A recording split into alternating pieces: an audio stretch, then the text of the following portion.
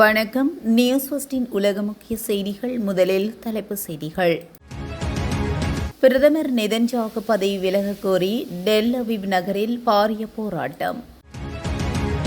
டெல்லியில் புறப்பட்ட போது தீப்பற்றி எரிந்த சுவிஸ் விமானம் 6 பேர் படுகாயம். பரபரப்பை ஏற்படுத்தியுள்ள வெள்ளை மாளிகை துப்பாக்கிச்சூடு கண்டனம் தெரிவித்துள்ள உலகத் தலைவர்கள். ஹார்முஸ் நீரிணையில் கன்னிவெடிகளை அகற்ற தயாராகும் ஜெர்மனி. நடுக்கடலில் தீவிரமடையும் பதற்றம். ஈரானிய நிழல் கடற்படையை வழிமறித்த அமெரிக்க உலங்கு வானூர்திகள். ஈரானுடன் உடன்பாட்டுக்கு அமெரிக்கா தயார். ட்ரம்புக்கு கிடைத்த முக்கிய அறிக்கை. வெள்ளை மாளிகை துப்பாக்கிச் சூட்டில் ஈரானுக்கு தொடர்பா ட்ரம்ப் வெளியிட்ட தகவல். கடற்கொள்ளையில் ஈடுபடும் அமெரிக்கா ஈரானிய ராணுவம் முன்வைக்கும் பகிர் குற்றச்சாட்டு. கொலம்பியாவில் பயங்கர குண்டு வெடிப்பு. 14 பேர் உயிரிழப்பு, 38 பேர் படுகாயம். தொடர்பான விரிவான செய்திகள். இஸ்ரேலில் மக்கள் ஆவேசமடைந்துள்ளனர். பிரதமர் நெதன்யாகு பதவி விலகக் கோரியே டெல் அவிவ் நகரில் பல்லாயிரக்கணக்கானோர் திரண்டு ஆர்ப்பாட்டத்தில் ஈடுபட்டுள்ளனர். கடந்த அக்டோபர் 7ஆம் தேதி ஹமாஸ் நடத்திய தாக்குதல் மற்றும் நாட்டின் பாதுகாப்பு தோல்விகள் குறித்து அதிகாரப்பூர்வ விசாரணை நடத்தப்பட வேண்டும் என போராட்டக்காரர்கள் வலியுறுத்தியுள்ளனர். அக்டோபர் 7 நெதன்யாகுவின் படுகொலை போன்ற வாசகங்கள் அடங்கிய பதாகைகளை ஏந்தி அரசாங்கத்தின் போர்க்கொள்கைகள் மற்றும் ஊழல்களுக்கு எதிராக மக்கள் முழக்கமிட்டனர். இதேபோன்று போராட்டங்கள் எருசலேம் மற்றும் ஹைபா ஆகிய நகரங்களிலும் முன்னெடுக்கப்பட்டதால் இஸ்ரேல் அரசியலில் பெரும் பரபரப்பு ஏற்பட்டுள்ளது. டெல்லி விமான நிலையத்தில் புறப்பட தயாராக இருந்த சுவிஸ் விமானத்தில் ஏற்பட்ட இயந்திர கோளாறினால் தீப்பற்றிய சம்பவத்தினால் அதில் பயணம் செய்த 6 பேர் காயமடைந்துள்ளதாக அதிகாரிகள் தெரிவித்துள்ளனர். காயமடைந்தவர்கள் மருத்துவமனையில் அனுமதிக்கப்பட்டுள்ளதாக சர்வதேச ஊடகங்கள் செய்தி வெளியிட்டுள்ளன. அனைத்து பயணிகளும் அவசர சரக்கு படிக்கட்டுகள் மூலம் ஓடுபாதையில் பாதுகாப்பாக வெளியேற்றப்பட்டதாகவும் இந்த விமானம் சுவிட்சர்லாந்தின் சூரிச்சுக்கு புறப்பட திட்டமிடப்பட்டிருந்ததாகவும் தெரிவிக்கப்பட்டுள்ளது. LX 147 என்ற விமான எண் கொண்ட ஏர்பஸ் A330 வகை விமானம் அதிகாலை 1:08 மணியளவில் புறப்படத் தொடங்கிய போது அதன் ஒரு இயந்திரம் செயலிழந்ததுடன் தீப்பற்றியதாக அதிகாரிகள் கூறினர். சுவிஸ் நிறுவனம் வெளியிட்ட அறிக்கையில் டெல்லியில் LX 147 விமானம் தொடர்பான சம்பவம் குறித்து எங்களுக்கு தகவல் உள்ளது. HBJHK பதிவு எண் கொண்ட ஏர்பஸ் A330 விமானம் இது. இந்த விமானத்தில் 228 பயணிகளும் 4 குழந்தைகளும் இருந்துள்ளனர். சம்பவத்தை சமாளிக்க சிறப்பு குழு அமைக்கப்பட்டுள்ளதாக தெரிவிக்கப்பட்டுள்ளது. மேலும் இந்திய நேரப்படி அதிகாலை 1 மணிக்கு பிறகு இயந்திரத்தில் கோளாறு ஏற்பட்டதனால் விமானம் புறப்படுவது ரத்து செய்யப்பட்டது. பாதுகாப்பு முன்னெச்சரிக்கையாக பயணிகள் வெளியேற்றப்பட்டனர். 6 பயணிகள் தற்போது மருத்துவ சிகிச்சை பெற்று வருகின்றனர். குழுவினருக்கு எந்த பாதிப்பும் இல்லை என்று விமான நிறுவனம் தெரிவித்துள்ளது. மேலும் சமூக வலைதளங்களில் இந்த சம்பவத்தின் காட்சிகள் வெளியாகியுள்ளன. சரக்கு படிக்கட்டுகளை பயன்படுத்த முடியாத சிலருக்காக படிக்கட்டுகள் ஏற்பாடு செய்யப்பட்டன. தற்போது பயணிகளுக்கு உதவி வழங்கப்பட்டு வருகிறது. அவர்களுக்கு மாற்று விமான ஏற்பாடுகள் அல்லது ஹோட்டல் தங்குமிட வசதிகளும் செய்து தரப்பட்டுள்ளது. பயணிகளுடன் தொடர்ந்தும் தொடர்பில் இருக்க அவர்களுக்கு தொடர்பு அட்டைகள் வழங்கப்பட்டுள்ளதாகவும் இது அனைவருக்கும் மன அழுத்தமான நிலை. எங்கள் குழுக்கள் நேரடியாக பயணிகளை கவனித்து வருகின்றன. இந்த சம்பவத்துக்கான காரணத்தை முழுமையாக கண்டறிய நிறுவனம் நடவடிக்கை எடுத்து வருகிறது. தொழில்நுட்ப நிபுணர்கள் டெல்லிக்கு வந்து விமானத்தை ஆய்வு செய்ய உள்ளதாகவும் எங்கள் பயணிகளின் மற்றும் குழுவினரின் பாதுகாப்பு எங்களின் முதன்மை முன்னுரிமை என்றும் பயணிகளுக்கு விரைவான மாற்று பயண வசதிகளை ஏற்படுத்த தீவிரமாக பணியாற்றுகிறோம் என்றும் அந்த நிறுவனம் மேலும் தெரிவித்துள்ளது. அமெரிக்க ஜனாதிபதி டொனால்ட் ட்ரம்ப் கலந்து கொண்ட நிகழ்வு ஒன்றில் துப்பாக்கிச்சூடு நடத்தப்பட்டுள்ளதாக செய்திகள் வெளியாகியுள்ளன.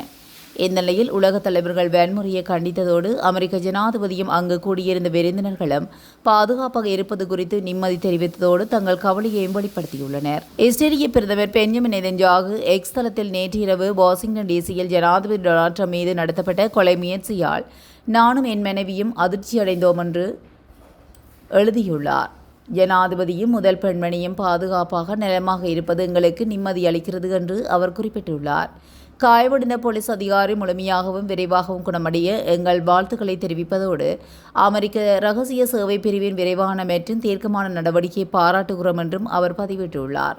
வெனிசுலாவின் தற்காலிக ஜனாதிபதி டெல்சி ரோட்ரிக்ஸ் எக்ஸ் தொலைக்காட்சியில் ஜனாதிபதி டொனால்ட் ட்ரம்ப் மற்றும் அவரது மனைவி மெலனியாவுக்கும் எதிரான ஆக்கிரமிப்பு முயற்சியை நாங்கள் கண்டிக்கிறோம் என்றும் கூறினார்.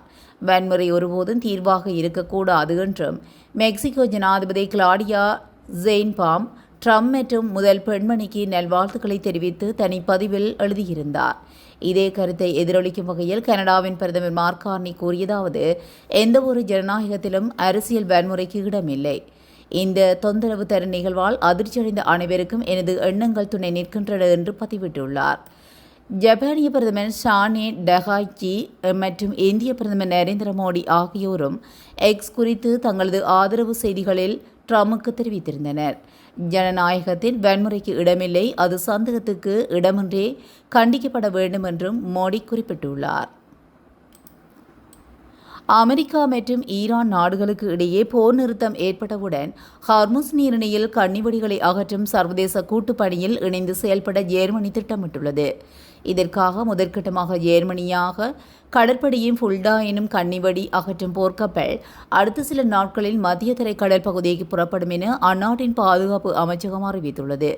சுமார் 45 சிப்பாய்களை கொண்ட இந்த கப்பல் சர்வதேச கடல்வழி போக்குவரத்து பாதைகளின் பாதுகாப்பை உறுதிப்படுத்துவதில் முக்கிய பங்காற்றும் என எதிர்பார்க்கப்படுகின்றது. ஹார்முஸ் நீரிணையில் சுதந்திரமான கடல் போக்குவரத்தை பாதுகாப்பதற்காக உருவாக்கப்படும் சர்வதேச கூட்டணியில் ஜெர்மனியின் பங்களிப்பை உறுதிப்படுத்துவதே இதன் பிரதான நோக்கமாகும். போர் முழுமையாக முடிவுக்கு வந்து இரு நாடுகளுக்கும் இடையே நிரந்தர அமைதி ஏற்பட பின்னரே இந்த கப்பல் ஹோர்முஸ் நீரிணைக்கு நுழையும்.